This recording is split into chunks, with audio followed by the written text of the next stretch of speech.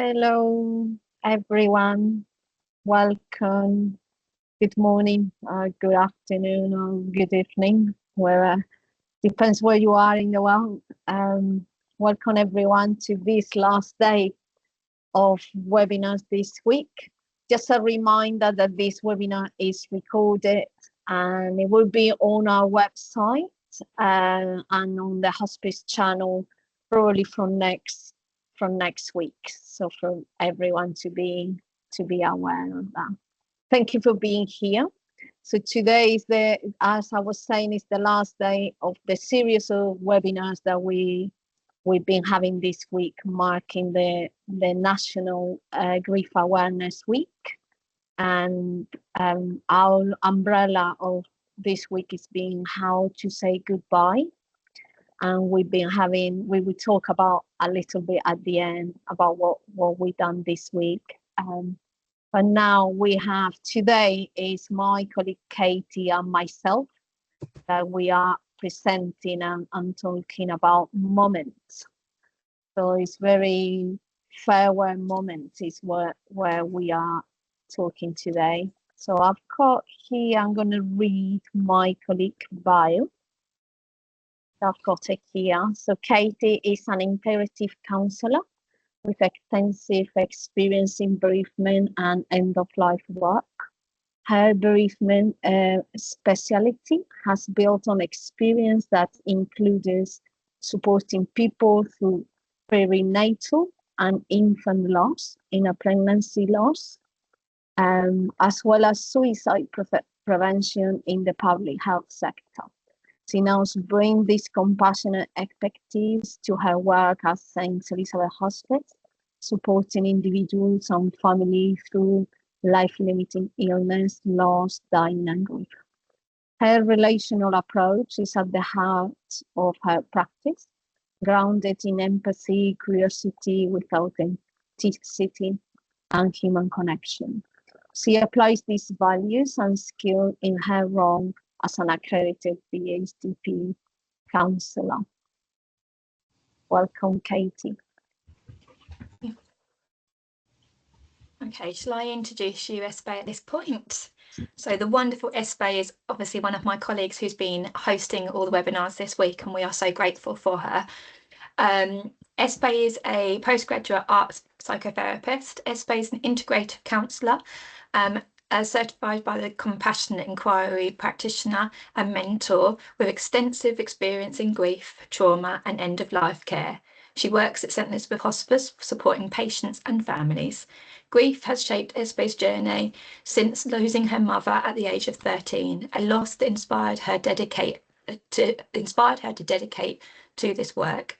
She co-facilitates international online grief groups and offers training across Europe and Latin America, blending creativity, systematic awareness, and trauma-informed practice. Espe also facilitates Spanish language workshops for Compassionate Inquiry programme and is an accredited member of the BACP. Thank you, Katie. So we are sharing this space today. Very excited to share this space with you, Katie. We did last year. We shared our webinar last year. So thank you for saying yes to this and being here with me. And I think you're going to start, yeah, Katie? Yeah, okay.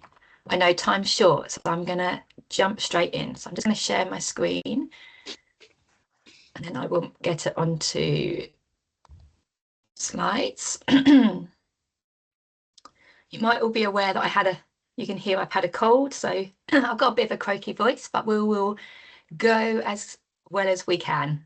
So hopefully you can see my slides. Espe, can you just let me know you can see them all nice and clearly? Yes.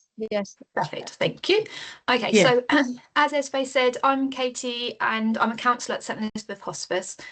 What I'm going to do is I'm going to share some of my thoughts about goodbyes and farewell moments and share what I've learned during spending time with clients, which I am absolutely honoured to have this role that I can do that.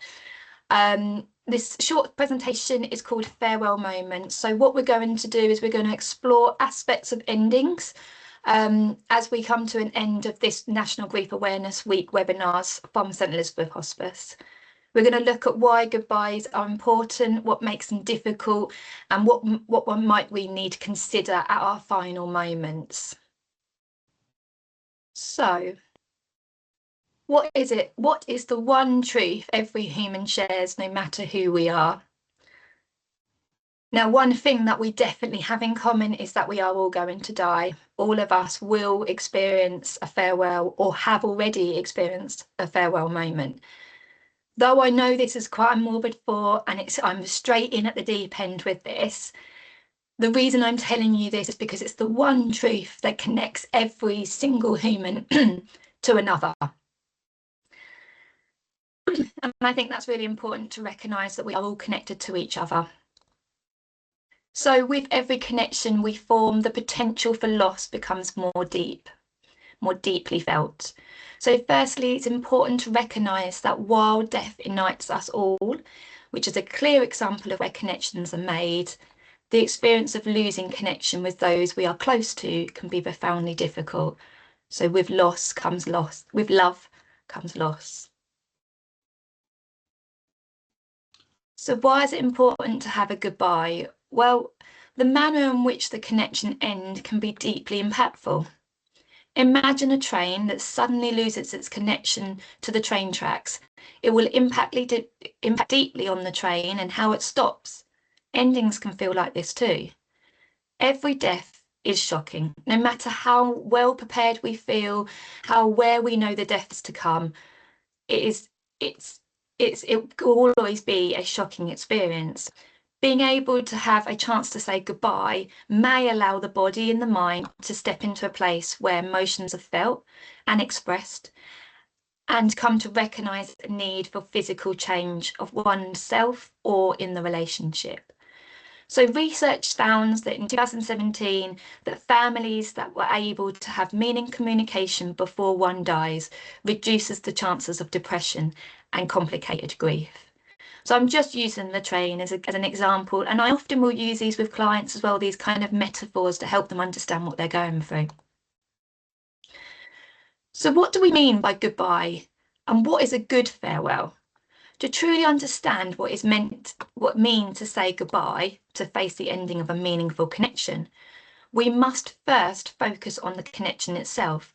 Love, compassion, belonging, and many more key factors of a good relationship also makes a good goodbye. So simply put it, to say goodbye well, we must first lean into the connection. What makes the relationship special can be used to make a memorable goodbye. When we lose someone we love, we must learn not to live without them, but to live with the love they left behind. People often think that saying goodbye means we need to let go, particularly if the goodbye is because of a death of someone. So many people say things like, oh, it's your time to move on. And that can be really quite hard to hear when you've been bereaved, particularly when it's recent. But I want to question that. Yes, when someone dies, their physical presence is no longer with us. But this doesn't mean we have to forget them, move on, or let them go. In fact, the more we try to let go, the more tightly we tend to hold on. It's like the Chinese finger trap toy. It only gets tighter as you pull away, but come together and you will grow. Grief will be felt, yes, but the pain of loss will become kinder to you. And again, just another simple example to share with people that may be going through this pain with the idea of this Chinese finger trap.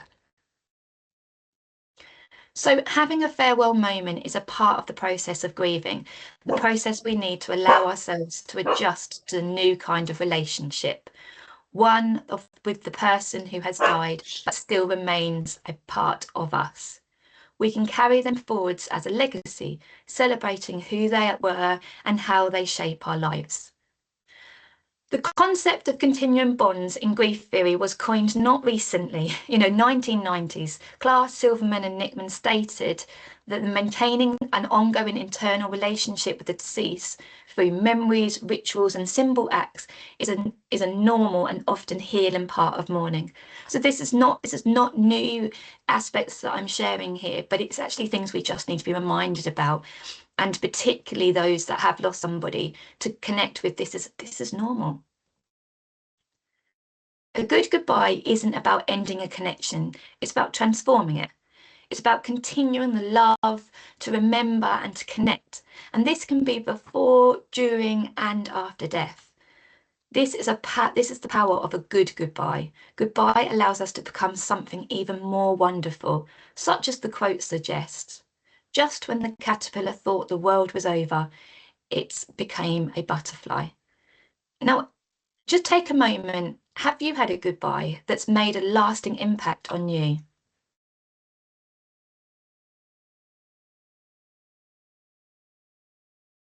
Many ask, but how? How do I say goodbye?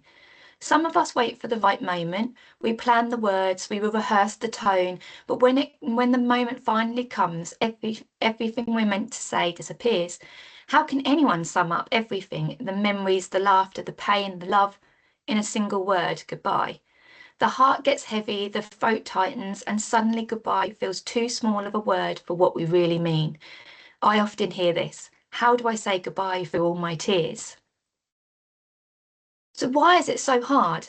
Maybe it's because the goodbyes feels too final, too painful. Maybe it's because they carry the weight of all the moments we wish we could relive. Or maybe, just in case, there's still one more laugh, one more hug, one more chance, the hope for one more sunrise or sunset. So I hear you say, you still ask, well, how? How do we say goodbye? And the answer is really unique to every person. There is no one way that fits all. Being present and available to your loved one is a good start. Letting the people you're parting from know their place in your life is real and lasting.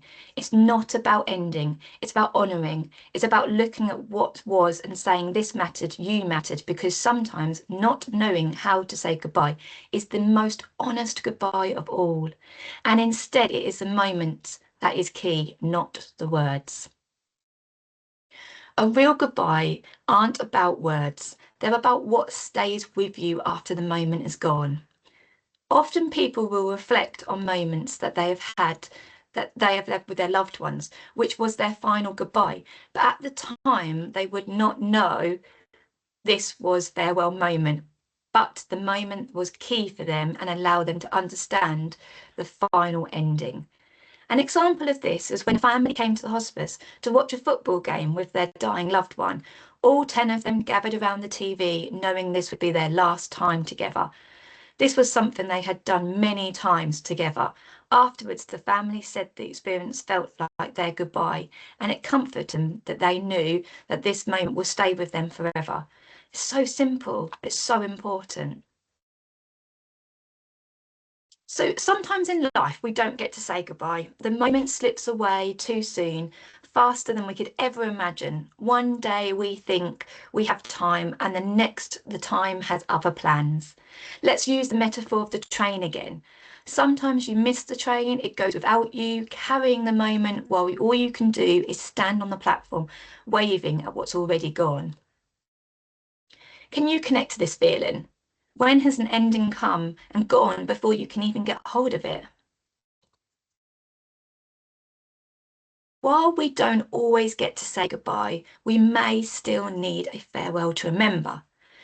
Considering how to say goodbye after the person passes away is very valid, and this may be through memories, rituals, and spiritual acts or symbolic acts. It needs to be personal to them and the person they have lost. There is no time scale of when this should happen.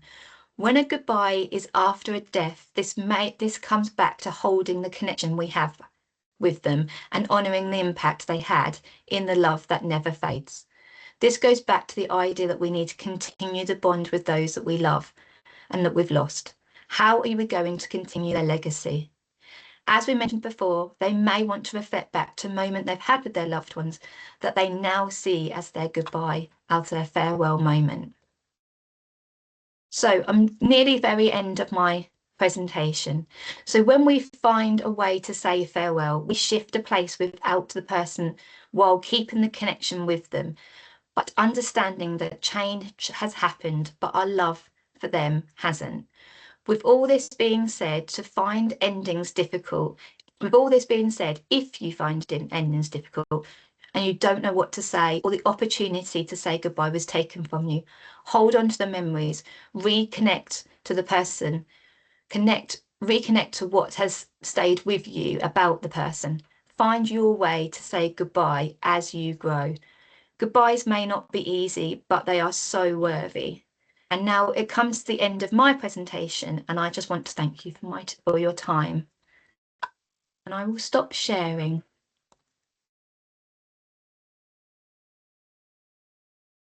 Thank you, Katie. How important is how important is what you bring in those moments of saying goodbye, and when those moments are not available sometimes, the impact that could have in us, in our lives. Is that what inspired you to talk about these moments? Yeah, definitely. I think what inspired me to talk about this was that when we have been bereaved, many people try and give us suggestions on like what to do to help, because they want to try and help and fix us. And often those advice would be like, oh, maybe you should clear out the person's stuff, or maybe, and often I find that my clients find it so much more useful if they go back to the connection they had, rather than trying to move forwards and move on. It's about bringing that person with them. And I quite like to say to my clients, like, you know, if their loved one, like I will say, what would they do? What would your loved one do in this situation? Because actually what that's doing is it's bringing that person so much more connected to them, that allows them to move forward and grow. So it's kind of that idea that when we've got a goodbye to come to, or we know it, and sometimes we don't get that chance, it's about bringing that person back in rather than trying to push away. So it's bringing that connection together.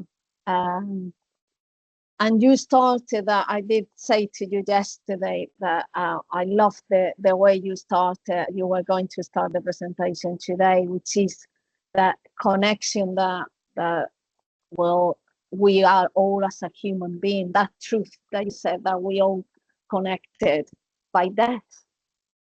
So that reminds me a little bit what Wilka was talking on the first webinar, that she said, well, what is life is no grief. Yeah, exactly. That's it. The thing is I wanted to recognize that we are all connected to each other, and so we will all experience grief in some form. And some people have had, you know, very significant losses. Other people perhaps haven't yet and might do in the future. So it's kind of that understanding that this is something that we all go through. It is an emotion that we all will feel.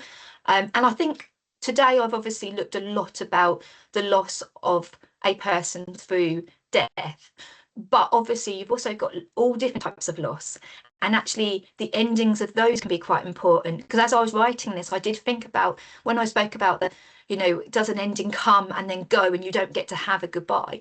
I was thinking about all the courses that I've been on, where we come to an end of a course and often I don't get to say that goodbye, and it probably was only my counselling course that I actually really got a safe ending in that.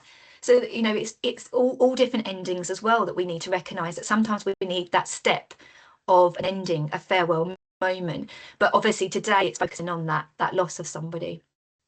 Yeah. But it's very important what you're saying, because when we started to think about this, or when I started to think about this webinar, I think it's important to name Bridget, because it was our inspiration for the umbrella of these webinars, which is a colleague that is retiring to this month, and it's been working, I think, for 23 years. Am I getting it right? 23 years for the hospice. And the title of this series of webinars was inspired by how we say goodbye to Bridget. How we say goodbye it becomes very important. So it's not just the saying goodbye to the loved one when we lose them, but also all the goodbyes that we have to say in our lives. Is what you bring in. Thank you, Katie. Thank you very much. So I'm gonna share my screen now, because I'm gonna share I'm gonna share our presentation. So we're coming into an end of this series of webinars that we'll be having this week, as I was saying at the beginning. And we thought Katie and I would be very appropriate to finish with moments, because we think it's very important how to say goodbye. And that sometimes there are moments that when we could say goodbye. So we call today farewell moment. And in this farewell moment, I want to honor everyone that has come this week together to honor the work we do and the importance. Why it's important that we have those webinars? Why it's important that we say goodbye? For me, grief is a journey, as in many of the presentations that we speakers that we heard this week, it's a journey. So as a journey, I'm going to take you into a little journey that across this week. It's important because grief, as Katie was just saying, is unique. And to talk about rituals across cultures on that first day of the webinar, it's just a reminder how important that uniqueness is, how culture is going to have an impact in how we grieve, how we say goodbye, and how important it is to honor them, to not honor the different ways, the different cultures, and to honor the different ways that we have to honor our own pain, which is what we're doing with these rituals and symbols. On the second day, we've got rituals in those moments of saying goodbye and healing, and we have Aslina and Andrea talking about a very specific, it was keening as an Irish tradition of crying and saying goodbye in community. What this webinar brought us was how important was grief to be witnessed, to be expressed, and to be supported by the community. And those two stories was reminding us how important this is for all of us. Yesterday we have the spiritual team from St. Elizabeth Hospice, and for me, obviously the spiritual side of grief and of afterlife and all that involved in this work the spiritual workers are doing at the hospice. But there was something that Elena said yesterday that really stayed with me. When rituals become symbols, and what rituals do we do as a professional or as a bereaved person? What rituals do we do to look after ourselves, our own grief, our own pain? And I think it's a really important and valid point that Elena was talking yesterday. As a professional, now looking as a professional working in different areas, different fields in this, in the hospice, or the professionals that might join in today or watch the recording. What is it that what do we do with our own grief when we're working with grief? Is very, very important.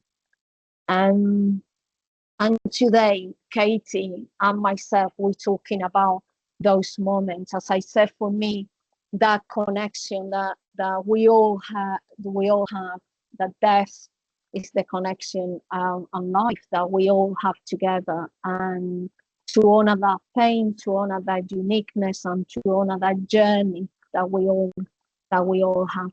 We've been talking so far of ourselves when we lost someone. So we lost someone, and how that grief that is for us. But we're talking about moments of saying goodbye. So I want to bring into this discussion something new that we haven't talked about this week, and it's how people might choose to say goodbye when they're still alive. How do we say goodbye when we're still alive? And I have to share with the audience and with everyone here that I was inspired by this way of saying goodbye by Jane Woodall, that you probably all know her for her work with the chimpanzee. And she died this year. And she decided to record an interview to be played after she died. So I'm gonna share with you this this interview, this few minutes of a message that she left for all of us. And I would like to, for me, it's a very special farewell moment that she decided to do it in this way. And as you watch, I invite you not only to listen what she say, but also to feel the intention. Because you could agree or not what she's saying, but what's the intention behind her message? The desire to leave something of herself that continues to speak even after she's gone. So let me see if this is this. Can you hear it? Katie, I'm going to ask you. No, no, I can't hear it at the moment. Okay, so I'm going to play it and let me know if you hear it. If not, I might need to stop this. Can you see her on the presentation? We can see your slide with the Okay, link. so okay, so that means that I need to stop this. Okay, so I'm going to just stop this sharing.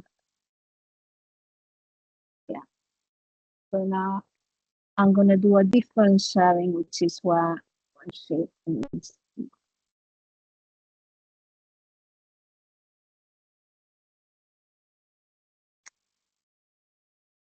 That's it. Yeah, can you hear? Just let me know if you can hear it. Can you? No. Okay. Sorry, I'm not very technical, as you can see. But okay, yeah. So I didn't share this. Now I think. In the place where I am now, Yeah. I look back over my life. I look back at the world I've left behind. What message do I want to leave? I want to make sure that you all understand that each and every one of you has a role to play. You may not know it, you may not find it, but your life matters, and you are here for a reason. And I just hope that that reason will become apparent as you live through your life. I want you to know that whether or not you find that role that you're supposed to play, your life does matter, and that every single day you live, you make a difference in the world. And you get to choose the difference that you make. I want you to understand that we are part of the natural world. And even today, where the planet is dark, there still is hope. Don't lose hope. If you lose hope, you become apathetic and do nothing. And if you want to save what is still beautiful in this world, if you want to save the planet for the future generations, your grandchildren, their grandchildren, then think about the actions you take each day, because multiplied a million, a billion times, even small actions will make for great change. I just hope that you understand that this life on planet Earth isn't the end. I believe, and now I know, that there is life beyond death, that consciousness survives. I can't tell you from where I am secrets that are not mine to share. I can't tell you what you will find when you leave planet Earth. But I want you to know that your life on planet Earth will make some difference in the kind of life that you find after you die. Above all, I want you to think about the fact that we are part, when we're on planet Earth, we are part of Mother Nature. We depend on Mother Nature for clean air, for water, for food, for clothing, for everything. And as we destroy one ecosystem after another, as we create worse climate change, worse loss of diversity, we have to do everything in our power to make the world a better place for the children alive today and for those that will follow. You have it in your power to make a difference. Don't give up. There is a future for you. Do your best while you're still on this beautiful planet Earth that I look down upon from where I am now. God bless you all.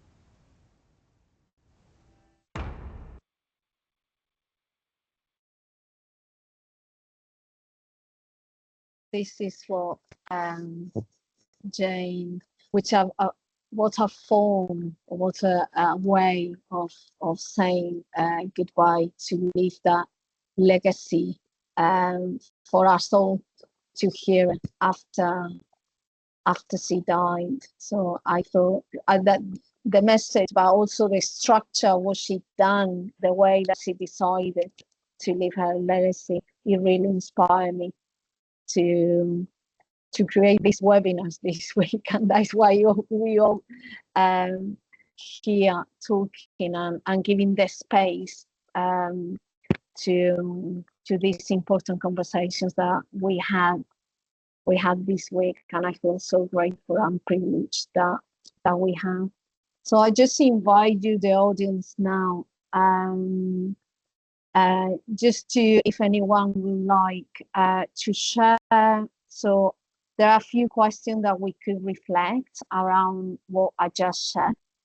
So is there anything that stood out to you in Jane's message? Or thinking about where you are in your life right now, what feels most important for you to focus on? Or what kind of legacy, large or small, would you like to leave? So I think I invite, if anyone would like to share anything around this, really great. Good. With your hands up, or I don't know if Katie would like to say. I can see that you're moving. I don't know if you would like to say something. Can you see it? Can you see I'm ready to jump in? I can see. Oh, sorry, I'm so obvious. All I was going to add to that was that what the message we was trying to share from that video, or at least this is how I feel from it, is that it's today, it's not the words she's saying. When you watch it tomorrow out of this webinar, it might be. But today is not taken the message that she's giving you. It's about recognizing that she wanted to share that message, and she wanted to make that message be clear once she wasn't here. So she wanted to leave that with us. She wanted to leave a lasting message and a lasting impact. And that is what I suppose this whole week, and what we do as counsellors, is try to support people, particularly if we're working with them towards their own death, that they allow time to share something with those they want to, and leave that with them if they felt that was something they wanted to do, and to sort of think about your own, like what would you want people to know you for? What would you want people to remember you by? And that kind of legacy that you'll leave behind. So that was for me, that's what I took from sharing that video. And then when I watch it outside of this webinar, I'll probably take a totally different interpretation, but that's kind of where we're at today. Thank you, Katie. That was the idea, and was that to make that thought provoking that we're talking about always when we lose someone, but right now for all of us, how do we want to live? What do you want to do? What kind of legacy do you want to leave? What kind of message do you want to give to your family, to your friends, to your loved ones at work? So yeah, it's a thought-provoking ending, I think, but it's intentional to leave it. Yeah, to leave it with all of us that we need more of this. I always say that my work at the hospice is probably it's an anchor to life. So it's always when you work with death, you live more fully. Or that is my experience of um, of this work that we all do. But I want to leave it. We've got just a few minutes. We've got just 5-6 minutes. But just to leave it, if anyone would like to make any comments, have any questions, so please do.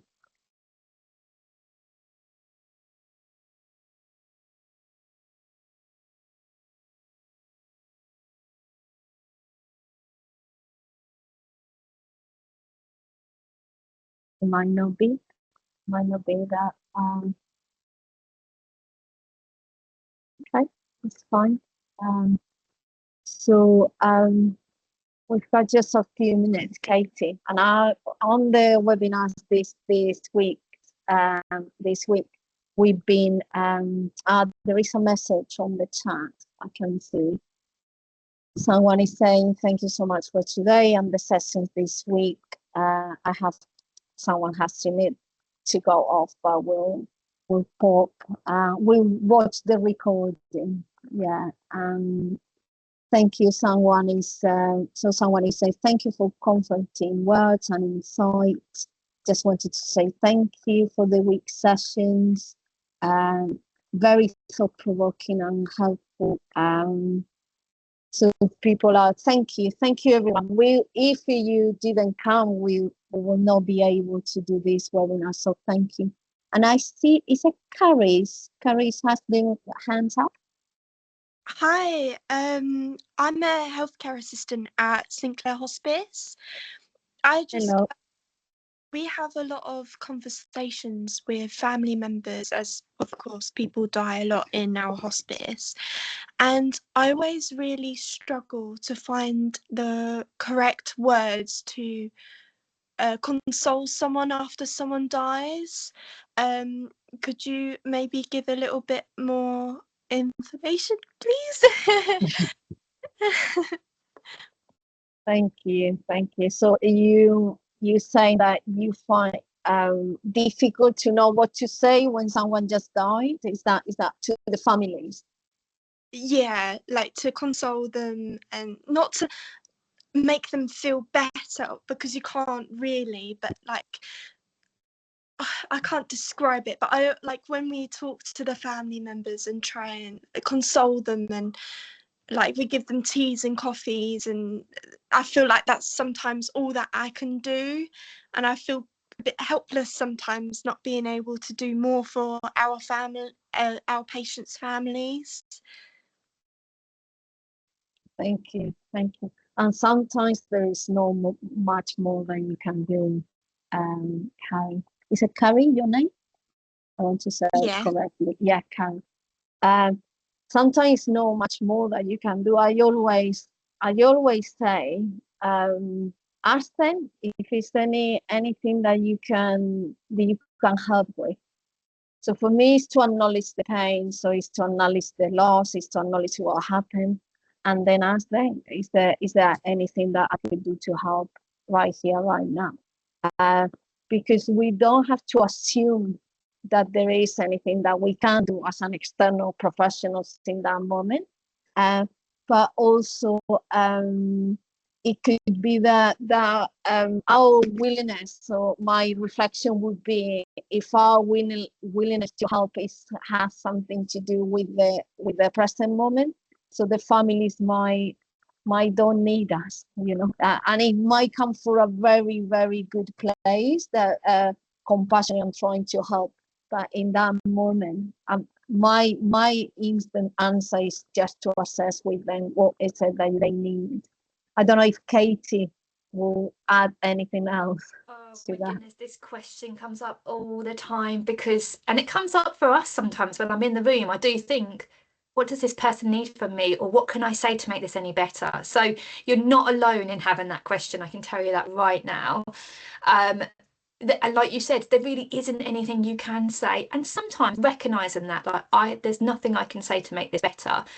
It can be quite comforting to like sort of share how difficult this moment really is. I'm sorry if there's people that know me on here, because they would have heard me say this more than once, but I always say to people, what we've got to remember is we're human beings. So the being part of you being there, is much more important than you doing. We're not human doings, we're human beings. And for me, I just remind myself that nearly every day, because it just reminds me that I just need to be with this person. I may not need to, although I do think a good cup of tea is definitely something that we can do, and I do think that is a go-to, isn't it? In every hospice, on every ward, the cup of teas come round, and they're a good use of resource. But I think, yeah, the being part of you. And then I was actually going to say exactly what Espe says. I would probably ask, like, what do you need from me right now? Do you need me to leave you and let you have some time? Do you need me to sit with you and just sit in quietness with you? Do you need me to share? Do you want to share a memory with me? You know, whatever they might need. Obviously, it sounds like it's like straight after, so I appreciate that that's probably a bit too soon for some of that. But even so, everyone's different, and so some people might want that. So I would definitely ask what they need from you. Just be with them, allow them to just, you just being there is probably absolute enough. I recognise that perhaps the words are not there, and this is a really difficult time for them, and you really appreciate that. But I also think, there really isn't anything in that like split moment that something's happened, and because you guys are like frontline in the moment, and suddenly the patient that's been passing away that you've been looking after, the loved ones becomes your patients, and you're having to like transition into kind of looking after them. So I do appreciate how hard that is. But I imagine you probably questioning yourself a lot more than you need to. That's what I would say. Thank you so much. Thank you, Carrie. Thank you for your question. It's a very important question. Yeah. I did a debrief last week with a student from a ward, and it was actually, that was the question. What do we say when this happens? So people don't want to say the wrong thing. So thank you for your question, Carrie. We're becoming to an end of this webinars. Katie, how would you like to say goodbye? Well, that's a good question. Obviously, the natural thing is that I want to say thank you for being invited to do it. The fact that Espe, you've been able to carry this through and make this into such a big thing, doing it every day this week, I know would have not been easy to fit it around all your workload as well. We're all so busy, but that means I'm also so thankful for everyone turning up. I appreciate probably your lunch break that you're all going to need to either jump up and get food now, or you've been eating as we go along. So, like Espe said, if you guys weren't here, we wouldn't be able to do it. And I think I'm just so honoured to be able to share this knowledge that I've gained from my clients, and just want to recognise now that there are a few people that have shared their moments of goodbye with me in my sessions, and they've been a part of this work for me. As one of the families that I shared in the presentation, where they had a farewell moment that they didn't realise but they knew it was at the same time, and afterwards that became a comfort to them around the football game. But there's so many more, but I just wanted to share a simple one. And yeah, just being able to be a part of that, and just recognising right now that those people are still a part of me now, because I've made a connection with them. So that's my ending, is to hold them with me. Thank you. And it's so much that people don't realize how much we are touched by this work. When I say that, it anchors me in life. If my patients know that, they're shaping my life in so many different ways. And just to give an example, one of my patients inspired me to do an acting course that I've been doing for the last 2 years. And it was at that a farewell moment that I had with her MND patient. So yeah, it's just that we carrying those connections with us, and I feel very honored and privileged that we doing what we're doing. So thank you from the bottom of my heart. It's been a privilege to organize and to host these webinars this year. We will send probably feedback forms to everyone that registered to the webinars, just to see how we can improve it probably for next year if we decided to do this again. Thank you very much for coming together and for having this conversation with all of us. I have on, I think, every speaker in these webinars. I want to honor everyone at the back as well. While we're closing, I understand that if you need to leave, you need to leave. But I want to name Kelly that has been at the back helping with the organization and everything, the marketing team, the IT team. We will be, I won't be able to do this without all the people that has helped me along these months before and then to organize it this week. So thank you to everyone that's been involved in the webinars and this important conversation. All the best to all of you, and hopefully to see you in forums like this talking about things that are important to us. All the best. Thank you. Thank you both. Thank you. Thank you. Take care. Thanks.